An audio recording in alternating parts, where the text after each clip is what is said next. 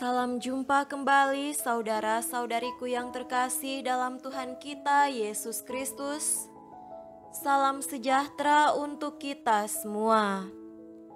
Berkat Allah yang Maha Kuasa senantiasa menyertai kita. Marilah kita mendengarkan dan merenungkan bacaan-bacaan kitab suci hari Kamis tanggal 7 April tahun 2022. Bacaan pertama dari kitab Kejadian pasal 17 ayat 3 sampai 9. Lalu sujudlah Abram dan Allah berfirman kepadanya, "Dari pihakku, inilah perjanjianku dengan engkau. Engkau akan menjadi bapa sejumlah besar bangsa. Karena itu namamu bukan lagi Abram, melainkan Abraham, karena engkau telah kutetapkan menjadi bapa sejumlah besar bangsa. Aku akan membuat engkau beranak cucu sangat banyak. Engkau akan kubuat menjadi bangsa-bangsa, dan daripadamu akan berasal raja-raja. Aku akan mengadakan perjanjian antara aku dan engkau, serta keturunanmu turun-temurun, menjadi perjanjian yang kekal, supaya aku menjadi Allahmu dan Allah keturunanmu.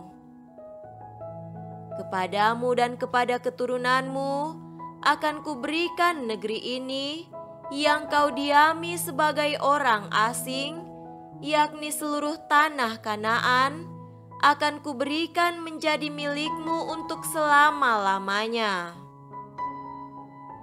Dan aku akan menjadi Allah mereka." Lagi firman Allah kepada Abraham, "Dari pihakmu, engkau harus memegang perjanjianku, engkau dan keturunanmu turun-temurun." Demikianlah sabda Tuhan. Syukur kepada Allah.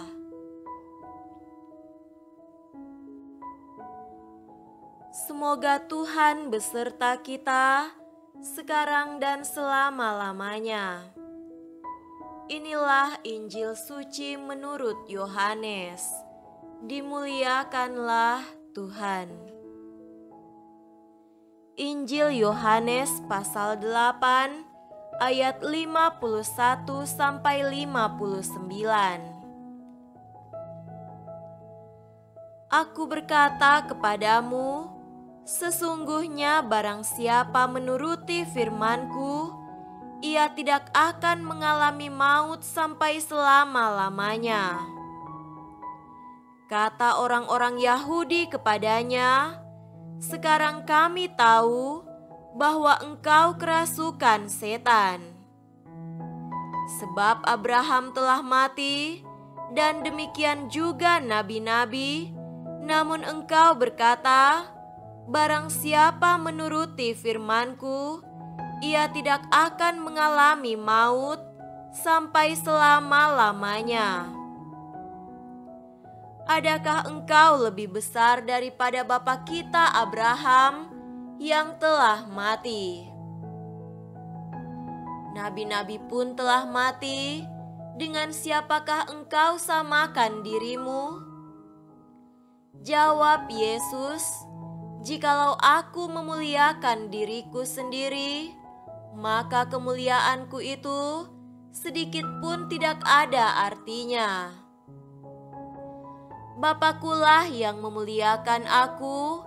Tentang siapa kamu berkata, Dia adalah Allah kami, padahal kamu tidak mengenal Dia, tetapi aku mengenal Dia. Dan jika aku berkata, aku tidak mengenal Dia, maka aku adalah pendusta, sama seperti kamu, tetapi aku mengenal Dia dan aku menuruti firman-Nya. Abraham bapamu bersukacita bahwa ia akan melihat hariku, dan ia telah melihatnya, dan ia bersukacita." Maka kata orang-orang Yahudi itu kepadanya, "Umurmu belum sampai 50 tahun, dan engkau telah melihat Abraham?" Kata Yesus kepada mereka, "Aku berkata kepadamu, sesungguhnya sebelum Abraham jadi, Aku telah ada." Lalu mereka mengambil batu untuk melempari dia. Tetapi Yesus menghilang dan meninggalkan bait Allah. Demikianlah sabda Tuhan. Terpujilah Kristus.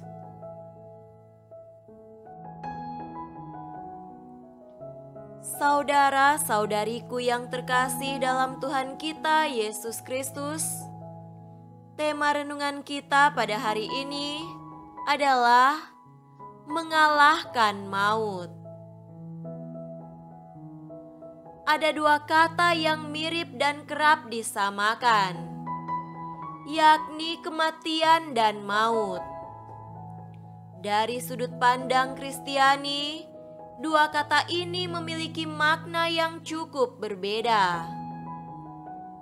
Kematian adalah kejadian akhir dari hidup manusia di dunia.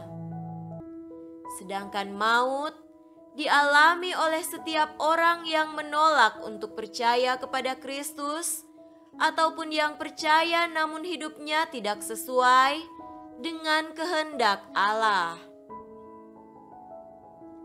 Setiap jiwa yang terperangkap dalam neraka, itulah maut.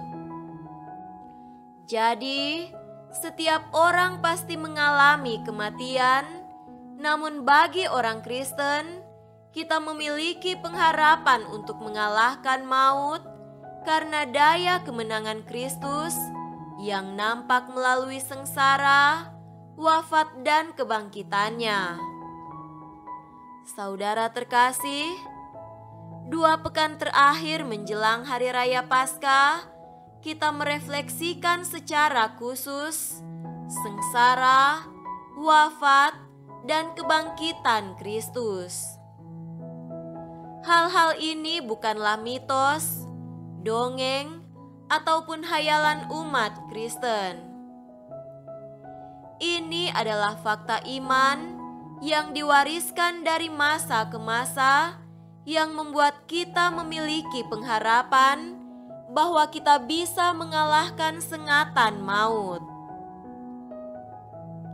Dalam Injil hari ini, Tuhan Yesus bersabda, "Sungguh, barang siapa menuruti firman-Ku, ia tidak akan mengalami maut sampai selama-lamanya." Maut memang menakutkan, namun kasih Allah yang menyata dalam kisah kasih Kristus ini meyakinkan kita bahwa kasih Allah lebih kuat daripada maut. Pemahaman akan maut jangan sampai menggeser fokus iman kita. Iman kita tidak boleh dialaskan pada ketakutan akan maut. Iman kita dialaskan pada kasih Kristus yang nyata dalam sengsara, wafat, dan kebangkitannya. Refleksi kita akan maut adalah undangan bagi umat Kristiani untuk mencintai Kristus dan memberi pengharapan akan hidup kekal di surga.